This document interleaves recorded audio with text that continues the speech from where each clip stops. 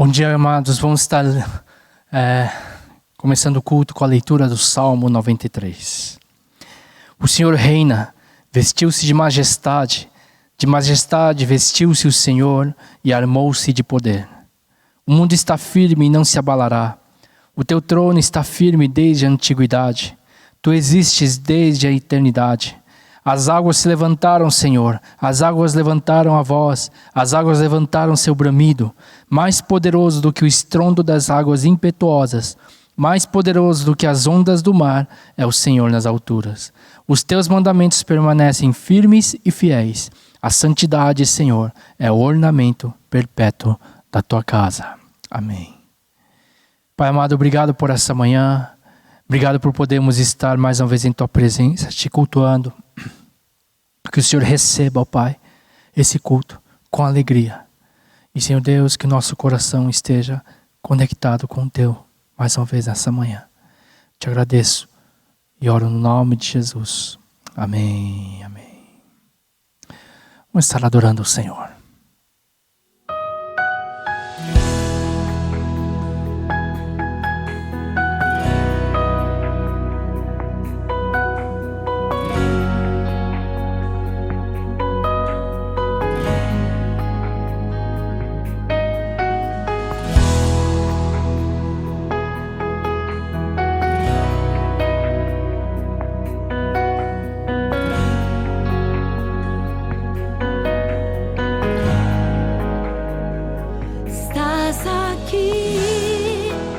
Movendo entre nós, te adorarei,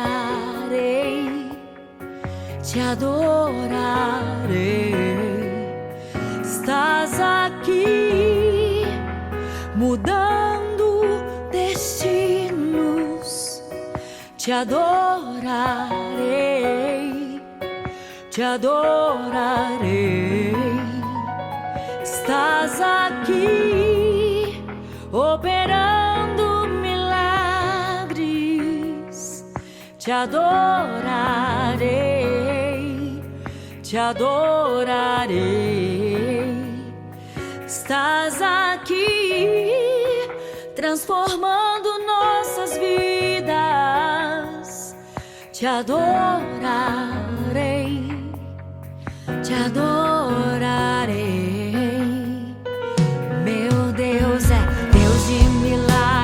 Deus de promessas, caminho no deserto, luz na escuridão. Meu Deus, esse é quem tu és. Meu Deus é Deus de milagres, Deus de promessas, caminho no deserto, luz na escuridão. Meu Deus, esse é quem tu és. Estás aqui, tocando os corações,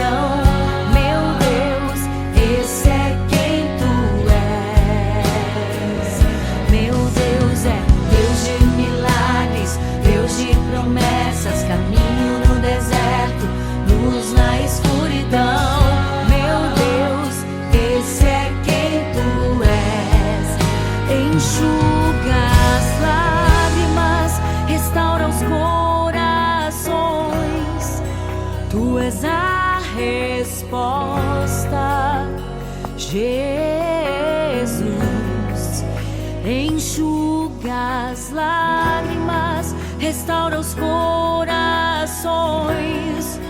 Tu és a resposta. Jesus, meu Deus é Deus de milagres, Deus de promessas, caminho no deserto, luz na escuridão.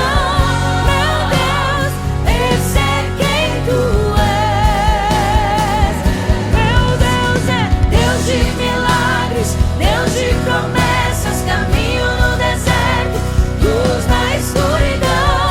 Meu Deus, esse é quem tu és. Meu Deus é Deus de milagres, Deus de promessas, caminho no deserto, luz na escuridão. Meu Deus, esse é quem tu és. Meu Deus é Deus de promessas, caminho no deserto, luz na escuridão. Meu Deus, meu Deus, quem tu és. Deus de milagres, Deus de promessas, caminho no deserto, luz na escuridão. Meu Deus, esse é quem tu és.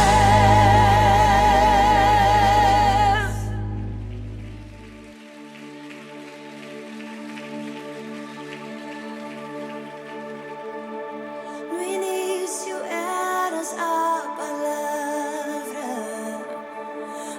com Deus o Altíssimo,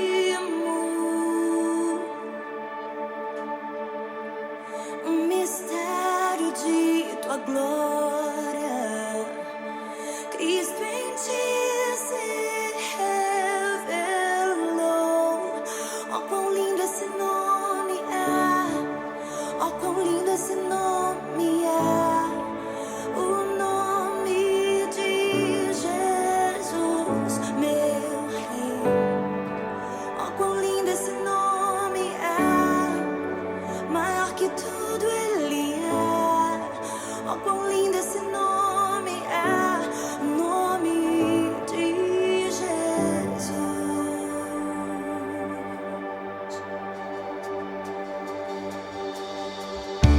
Deixou o céu para buscar-nos, veio pra nos resgatar.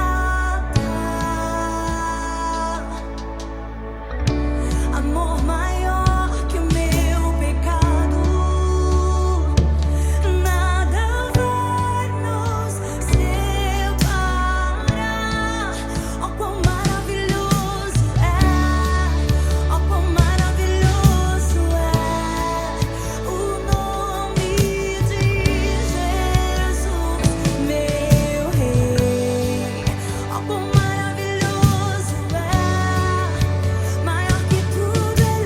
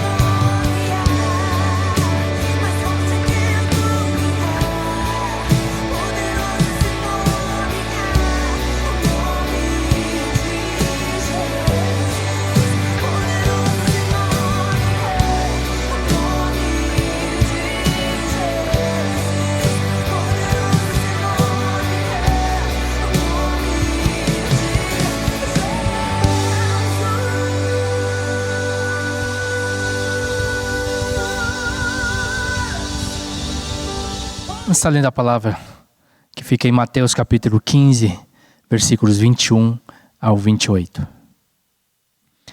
Saindo daquele lugar, Jesus retirou-se para a região de Tiro e de Sidom. Uma mulher cananeia, natural dali, veio a ele gritando: Senhor, filho de Davi, tem misericórdia de mim. Minha filha está endemoniada e está sofrendo muito. Mas Jesus não lhe respondeu palavra. Então seus discípulos se aproximaram dele e pediram: manda ir embora, pois vem gritando atrás de nós. Ele respondeu: eu fui enviado apenas às ovelhas perdidas de Israel. A mulher veio, adorou-o de joelhos e disse: Senhor, ajuda-me. Ele respondeu: não é certo tirar o pão dos filhos e lançá-lo aos cachorrinhos. Disse ela, porém: sim, Senhor, mas até os cachorrinhos comem das migalhas que caem da mesa dos seus donos. Jesus respondeu: mulher, grande é a sua fé. Seja conforme você deseja. E naquele mesmo instante a sua filha foi curada. Amém. Amém. Bom dia, amados. Esse é um aviso. Creio que todos devem saber o aviso que o governo deu.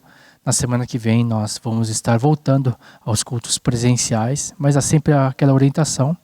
Se puderem, fiquem em casa. Mas ao mesmo tempo eu sei que muitos têm a vontade de poder cultuar presencialmente aqui juntos, né? Então, semana que vem já nós estaremos voltando aos cultos normais às 11 da manhã e a transmissão também ao vivo dos cultos. Bom, conforme a gente lê o texto, eu não sei o que você sentiu, meu amado, minha amada, mas o texto fala primeiro que Jesus ele se retirou, ele foi na região de Tiro e de Sidom, né? E teve uma razão porque Jesus se retirou.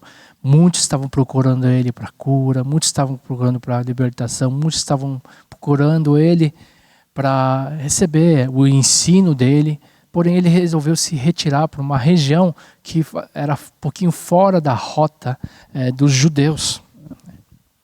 E justamente lá ele é seguido, quer dizer, uma mulher soube, conforme a gente leu na palavra, uma mulher cananeia soube que ele estava lá e o procurou. E a gente leu na palavra que ele veio gritando, né, para Jesus, pedindo para ter misericórdia dele. E não somente pedindo também para libertar a filha que estava endemoniada, porque ela estava sofrendo muito. E uma das coisas que qualquer pai ou mãe não gosta é de ver seus filhos sofrendo. E ela então, ao saber que Jesus estava na região, procurou e ela fez isso. Procurou e ela gritou, todo desesperada, e talvez muitos de nós talvez faríamos isso, né? Totalmente desesperadas, né? Pedindo ajuda. E o que a gente vê nesse texto, a gente vê vários textos falando que Jesus impunha a mão e orava por todos aqueles que procuravam, todos eram curados, muitos eram libertados. E a gente vê normalmente Jesus atendendo grande parte, mas quase nunca a gente vê Jesus rejeitando, né? Um pedido de oração, uma cura. E aqui, especificamente, a gente vê Jesus não somente não atendendo a princípio ao pedido da mulher, mas a gente pode até interpretar esse texto como, cara, que Jesus frio, né? Porque ele está fazendo, inclusive, fala, só vim para o pessoal de Israel lá, o que é isso? Está fazendo distinção também de pessoas e tal. E não parece muito o perfil que a gente está acostumado a ver. Porém, antes da gente concluir qualquer coisa, é preciso entender o porquê que Jesus respondeu dessa forma, porque Jesus agiu dessa forma. E para a gente entender, a gente precisa entender também o contexto, né, da palavra, o contexto histórico. E o contexto que a palavra, no geral, ela diz sobre isso. Primeiro, como eu falei no começo, Tiro e Sidom eram cidades fora do circuito, né, dos judeus. E não era para ele estar fazendo alguma obra lá. Não era para ele estar mostrando nenhum sinal lá, né? Ele simplesmente se retirou. E uma coisa que é bem clara, Jesus, quando ele veio com um foco muito claro da sua missão. A gente sabe que era proclamar o reino, mas o que a gente precisa entender, ele veio, e aí que talvez você vai entender outros textos que ele fala, e principalmente o texto que ele fala aqui, que ele foi enviado apenas às ovelhas perdidas de Israel. E talvez você fale, poxa, só veio para Israel, não veio para todo mundo? Não, especificamente, o primeiro foco do ministério de Jesus eram os judeus. Daqui a pouco eu vou explicar um pouquinho mais sobre isso. Mas porque o povo de Israel já era, desde do Antigo Testamento, o povo escolhido por Deus. E era necessário o evangelho vir primeiro a Israel, e através do Israel que recebesse esse evangelho, eles seriam o meio para proclamar o evangelho a todas as nações. Então, a primeira coisa que Jesus fala para ele fala, eu vim para essas ovelhas. E ele simplesmente faz essa distinção. Ele queria que essa mulher pudesse entender que ele veio primeiro às ovelhas perdidas. Apesar da semana passada a gente ter falado do centurião, que era um outro caso, mas não era a regra. A grande maioria das pessoas eram judias. E esse então era o foco. Essas pessoas eram o foco inicial do ministério de Jesus. Por quê? A própria palavra fala, ele era o Messias prometido já no Antigo Testamento. Ele era esse Cristo ungido de Deus. Ele era o filho de Davi. Ele também é identificado como o filho de Davi. Então, Jesus ele não tinha vindo para resolver o problema de toda a galera. Não tinha vindo para resolver ou então atender os pedidos de todas as pessoas. E também não dava para resolver os pedidos de cada pessoa que via com seus problemas para ele. Portanto, Jesus tinha vindo primeiro para aqueles que estavam debaixo da aliança de Deus. E era necessário primeiro, então, que Israel rejeitasse, o povo como nação rejeitasse o evangelho do reino, para que esse evangelho pudesse depois ir para os gentios. Inclusive Jesus menciona, quando os fariseus, os judeus estavam rejeitando essa mensagem dele, ele mesmo fala em Mateus capítulo 21, versículo 43, o seguinte: porque antes ele fala, vocês rejeitaram a pedra angular, vocês rejeitaram a pedra que o Senhor ele era a pedra, Então a pedra que os construtores rejeitaram tornou-se a pedra angular. E no versículo 43 ele fala, portanto eu lhes digo que o reino de Deus será tirado de vocês e será dado a um povo que dê os frutos do reino. Quem é esse povo que dará os frutos do reino? Eram gentios. Mas por que foi tirado? Porque esse evangelho, essa pedra angular, ela foi rejeitada. Então, nesse contexto, é que Jesus fala isso, e o evangelho viria sim aos judeus, aos gentios, mas primeiro teria que passar aos judeus. Então, era muito claro o foco de Jesus. Por isso que ele fala, então, no versículo 24, eu vim apenas para as ovelhas perdidas de Israel. E o que a gente vê é que Jesus, ele não, apesar de parecer que ele tinha que atender todos os pedidos, eu imagino naquela época quantos pedidos tinham, quantas pessoas procuravam ele, e eu não acho que simplesmente todos os pedidos foram atendidos. Que é impossível, uma pessoa atender todos os pedidos. Mas aquilo que estava dentro do propósito, ele fazia. E o que a gente vê que ele não se movia por pedidos simplesmente pessoais, a não ser que esses pedidos estivessem dentro do contexto da missão dele. E é por isso que, em primeiro lugar, Jesus reagiu dessa forma ao pedido daquela mulher. Os discípulos, é claro, viajando como sempre, os discípulos estavam mais preocupados em tirar esse incômodo deles. Por quê? Além dela gritar, além dela se esforçar ao máximo para conseguir o que ela queria, com Jesus, ela ia atrás dos discípulos, falando, pede para ele, coisas assim. Eles estavam então eles pediram, por favor, mande ela embora, Senhor. Né? E, gente, exatamente isso. Deus não é um Deus, ele é um Deus, sim, pessoal, mas ele é um Deus de um povo. E o que a gente aprende dentro dessa palavra é que, mais uma vez, sim, Deus, ele ama, ele atende os pedidos de cada um. Ele atende as necessidades de cada um. Mas ele não é simplesmente um Deus bombeiro. Ele não é um Deus que está para atender todos os pedidos de todas as pessoas da terra.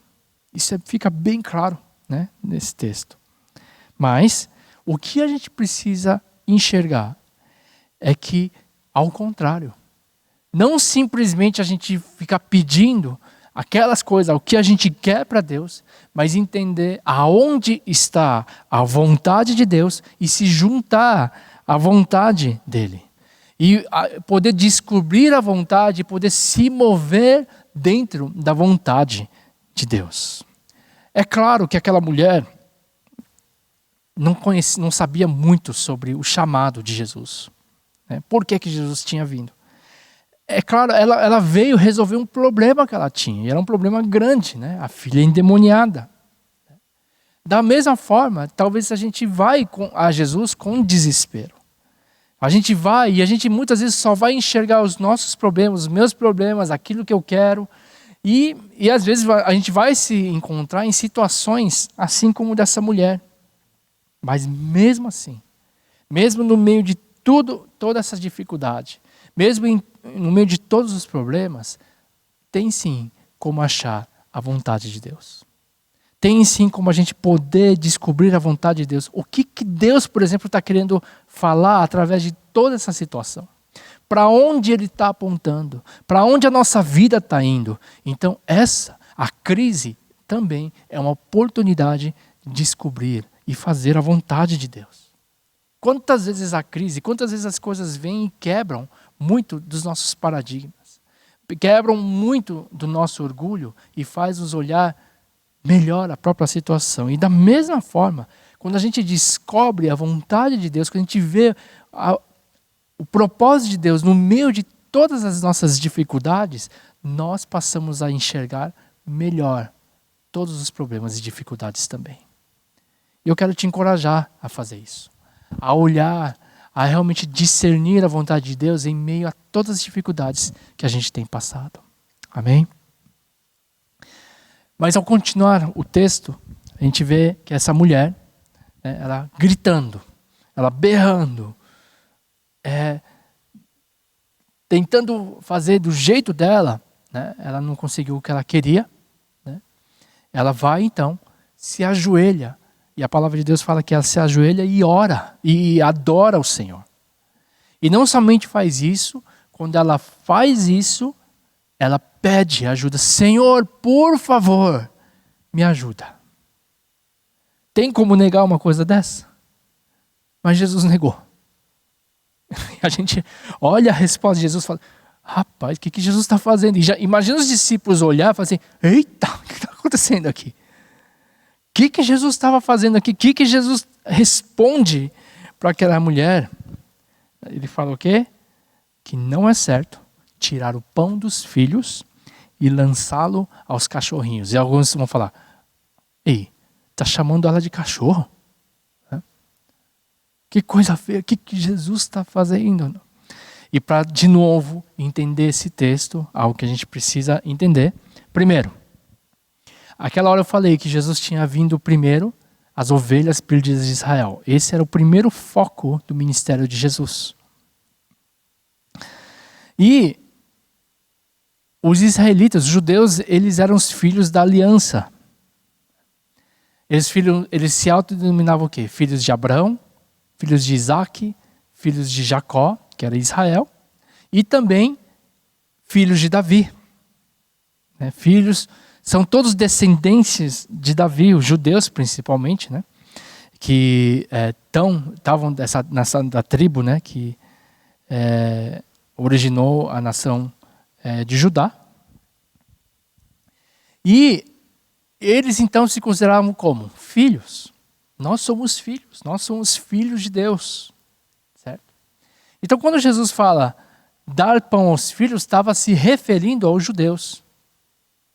E como é que os judeus olhavam os gentios? Realmente, eles olhavam com esse olhar. Eram como se fossem cachorros. E talvez você fale, cara, que palavra feia. Eu não chamo ninguém de filho de cachorro. Né?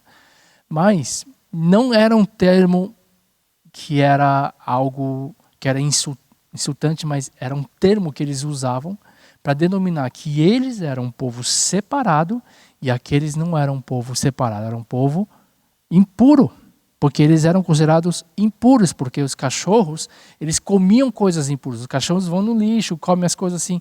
E os gentios, eles tinham as festas pagãs, eles tinham as festas imundas. Então, quando se referiam, muitas vezes se referiam dessa forma. E Jesus se refere dessa forma. Quer dizer que ele estava sendo preconceituoso? Não. Ele estava simplesmente falando dentro do contexto, né, do que as pessoas entendiam naquela época. Mas uma coisa que a gente precisa se atentar é que Jesus conhecia o coração daquela mulher.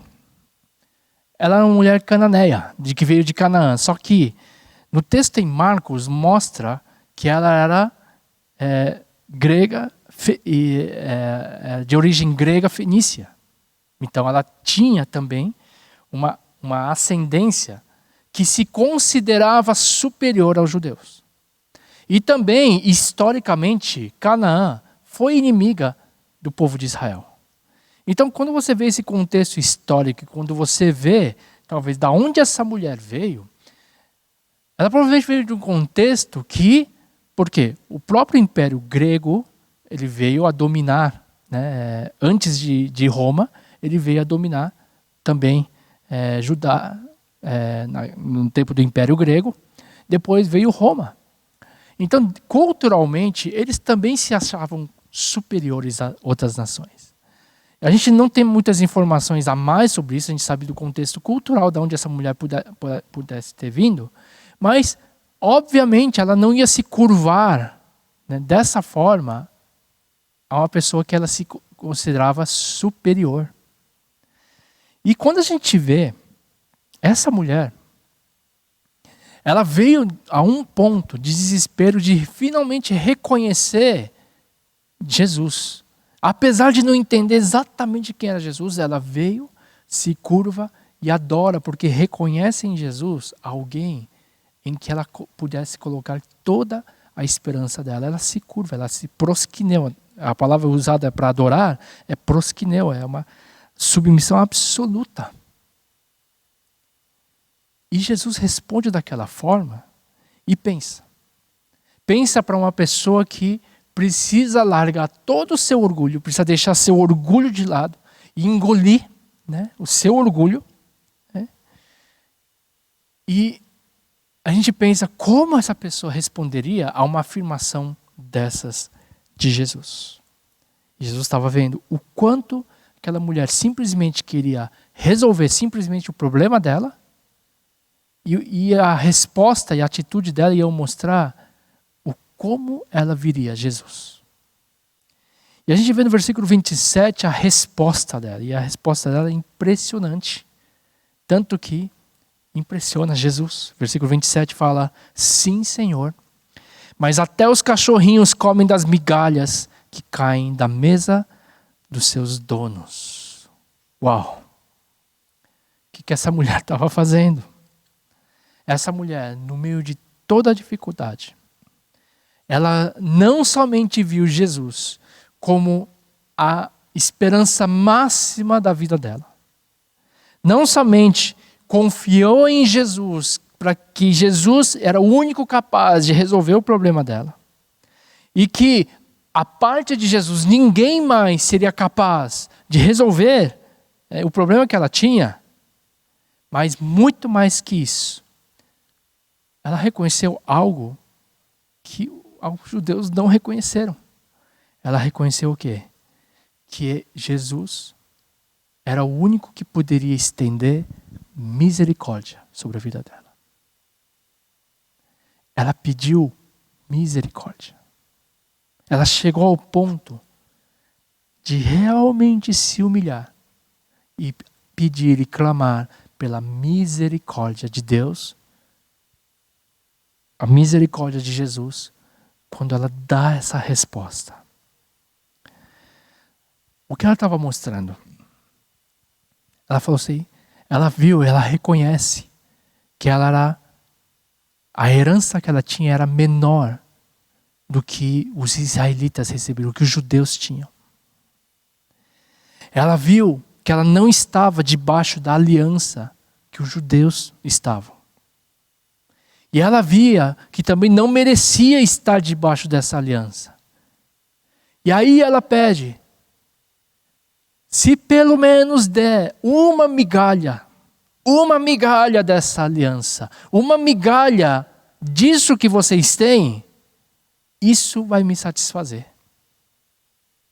Quando ela fala até os cães comem das migalhas, ela estava falando isso. Se eu puder ter até um pouco dessa migalha, porque o que ela estava falando? Ela simplesmente reconheceu que a graça, que a misericórdia de Deus, a grandeza de Deus era tão inalcançável para ela, mas que simplesmente um pouquinho dessa misericórdia que viesse para ela seria algo que satisfaria ela. Ela clama por misericórdia com uma tremenda humildade. Ela reconhece o quão importante é ter essa misericórdia. Esse ato, essa palavra, ela contém uma profundidade tão grande. Ela mostra o coração da mulher de uma submissão tão grande, de reconhecimento tão grande do que ela não tinha. E ela não queria o pão inteiro, uma migalha. Pessoal, quando a gente tem muito, às vezes a gente jogar comida fora para alguns, se torna algo normal. Mas, quando a gente não tem quase nada, um pedaço de pão é super importante, não é? Eu lembro quando eu estudei lá fora, né, do país, nos Estados Unidos, eu fui com um aluno muito pobre, eu não tinha recursos. Já falei várias vezes no meu testemunho que eu fui praticamente com metade do que eu precisava para me sustentar lá, e o resto eu tinha que orar. Então tinha meses que realmente, assim, sabe, aquela pessoa que fica na vitrine vendo o pessoal olhando a pessoa comer coisa gostosa. Eu já fiz isso lá. Eu passava assim, via o pessoal comendo aquilo. Nossa, parece que eu ficava às vezes parado olhando. Sabe quando você quer um pedacinho daquilo? E eu lembro que toda sexta, né, no escritório dos alunos internacionais que tinha na escola, toda sexta, no final da tarde, as pessoas deixavam doações.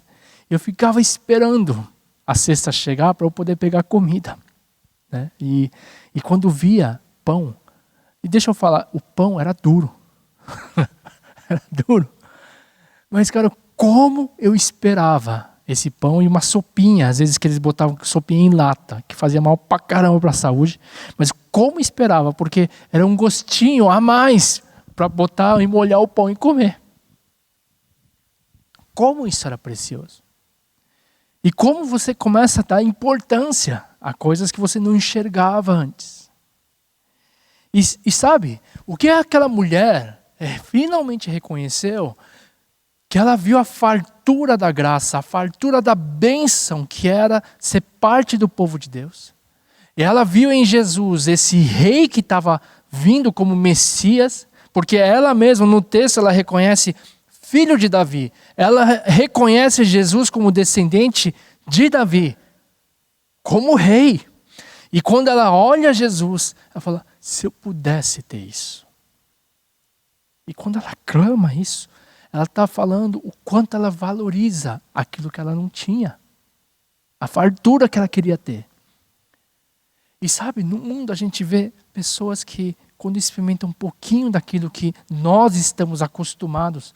Todo domingo a gente ouve a palavra, a gente tem a palavra de Deus todo dia, mas tem gente que não tem ideia do que é isso. E só um pouquinho que essa pessoa experimenta é capaz de alimentar ela, sabe? Eu tinha um cara que tinha recém-convertido aqui na igreja, e eu lembro a atitude dele. Quando ele experimentou a Jesus e ele olhava assim, ele olhava tudo como se fosse, ele ficava maravilhado. Ele cantava um cântico aqui na frente, ele ficava, nossa! E quando eu citava um versículo para ele, falava assim, a palavra de Deus fala isso. Sabe aquilo que para nós é normal porque a gente tem fartura? Mas para ele era um banquete. Para a gente era migalha, mas para ele era um banquete. Eu queria falar, gente, isso é uma coisa que a gente não pode perder. A gente acha que já sabe de tudo, a gente acha que às vezes a fartura traz isso, gente. A fartura às vezes faz a gente simplesmente desvalorizar aquilo que a gente tem. Sobra, então, quando tiver eu como. Se precisar eu como. Mas para quem não tem, meu amigo, até uma migalha satisfaz. E o que a mulher realmente descobriu foi isso, uma migalha. Gente, o que eu queria falar para terminar a mensagem. Porque Israel rejeitou o evangelho de Jesus, como fala em Mateus 21, 43 que a gente leu, e porque eles rejeitaram, esse evangelho foi dado aos gentios, a nós. E sabe, os gentios que queriam tanto receber essas migalhas, no final, sabe o que receberam? Não só receberam a migalha, receberam o pão da vida. Receberam Jesus por completo e receberam o reino de Deus por completo. Pensa nessa mulher. Essa mulher, no começo, ela só foi lá para tentar resolver o problema dela, para tentar a libertação da filha dela. E ela fez tudo o que podia a fazer com as próprias forças. Gritou, esperneou, clamou, chorou, sem conseguir. Mas depois, ela adora. Ela adora e ao adorar, mesmo assim sem conseguir, mas no final ela acabou, sabe o que? Recebendo algo maior do que a libertação da filha. Ela se tornou uma pessoa que adorou a Jesus, ela se tornou uma pessoa que reconheceu a sua pobreza espiritual e o quanto Jesus tinha de abundância para dar para a vida dela. Ela recebeu muito mais do que veio buscar. Ela recebeu a misericórdia e a graça de Deus.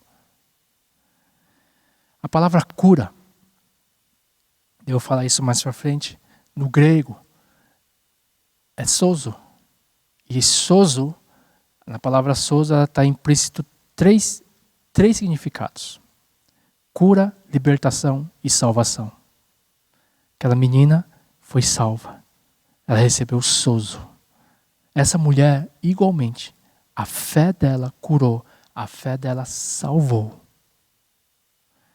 Então, da mesma forma, nós fomos alcançados como gentios por essa grande salvação. E eu gostaria que nessa manhã, sim, a gente tenha os pedidos de oração, mas que a gente possa agradecer muito pela misericórdia de Deus em nossas vidas.